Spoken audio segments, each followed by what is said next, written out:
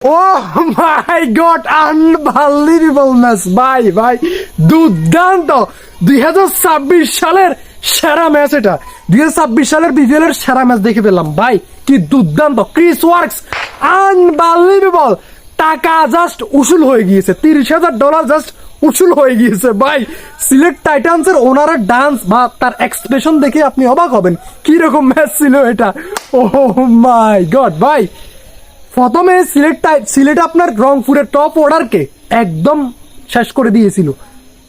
তার কারণে খালেদ আহমদের বোলিং এর কারণে, খালেদ আহমদ দুর্দান্ত ছিল, প্লেয়ার অফ দি ম্যাচ হয়েছে। ও মাই গড, তার ওই 4টা উইকেট ইম্পর্টেন্ট ছিল এবং ওই 4টা উইকেটের কারণে কিন্তু আজকে আপনার রংপুর রাইডার্স 112 রান করেছে।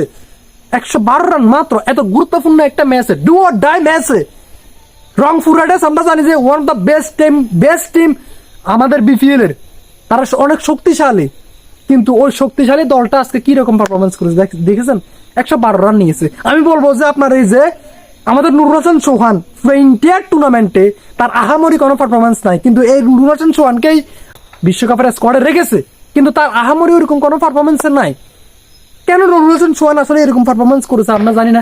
আজকে কি করেছে দেখেন, মানে 24 বলে সে 18 রান করেছে। এরকম একটা গুরুত্বপূর্ণ ম্যাচে যদি আরো 20টা রান সে করতে পারতো, হয়তো বা এই ম্যাচটা তারা জিতে যাইতো ইজিলি। হ্যাঁ, ইজিলি জিতে যাইতো রংপুর রাইডার্স এবং কোয়ালিফাইড করতো, কিন্তু ওই জায়গায় হইলোটা কি ভাই? ও মাই গড। তবে ক্রিস ওয়ার্কস দুর্দান্ত, সিলেটের টাকা উসুল করে ফেলছে ভাই। 6 বলে 9 রান দরকার, ওই জায়গায় 1 বলে 6 রান দরকার।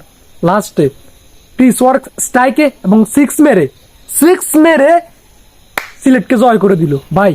অন্যদিকে রংপুরের ওনাররা তো পুরো কান্না করে দিতেছিল ভাই, কারণ আমরা জানি যে Rangpur is one of the best team in the BPL. তো এত ভালো দল হয় কিন্তু কোয়ালিফাইড করতে পারলো না, এটা অনেক খারাপ লাগার ব্যাপার।